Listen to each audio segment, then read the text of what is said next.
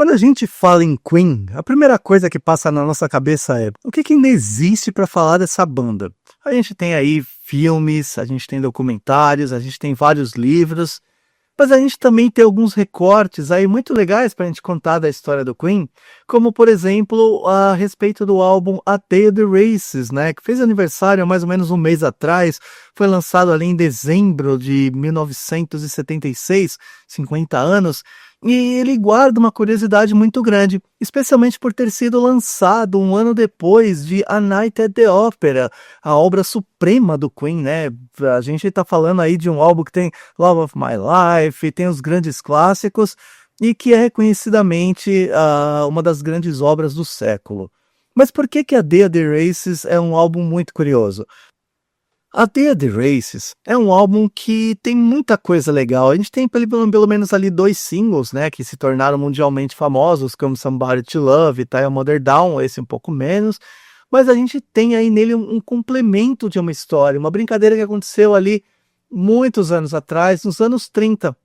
E aí a gente fala muito da influência dos Irmãos Marx, que foi um grupo de cinema que praticamente revolucionou toda a estética do que a gente pensa em comédia, de intensidade, câmeras, a forma como se comportava um ator na cena. Eles fizeram isso aí nos anos 30. E o Queen amava eles. O Freddie Mercury, em especial, era muito fã, né, dos Irmãos Marx, e repetiu ali nos anos 70 algo que aconteceu nos anos 30. A gente está falando aí da sequência A Night at the Opera, que é um filme de 1935, e de A Day of the Races, que é um filme de 1937, e o Queen fez igualzinho. A gente acabou não dando tanta bola ao longo da história, principalmente pra gente que é mais novo, pro A Day of the Races, porque ele acabou saindo depois de um disco que praticamente revolucionou a história da música. Então fica um pouco complicada essa base de comparação, a quantidade de hits, esse tipo de coisa. A gente pode pegar, inclusive, num futuro muito próximo, e analisar alguns clipes aí do Queen. A gente percebe aí a influência de vários diretores. O Fred, ele era doente por cinema, ele curtia muito.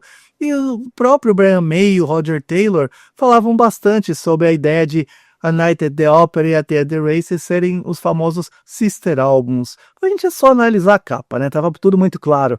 O brasão no centro, o fundo branco, um fundo preto.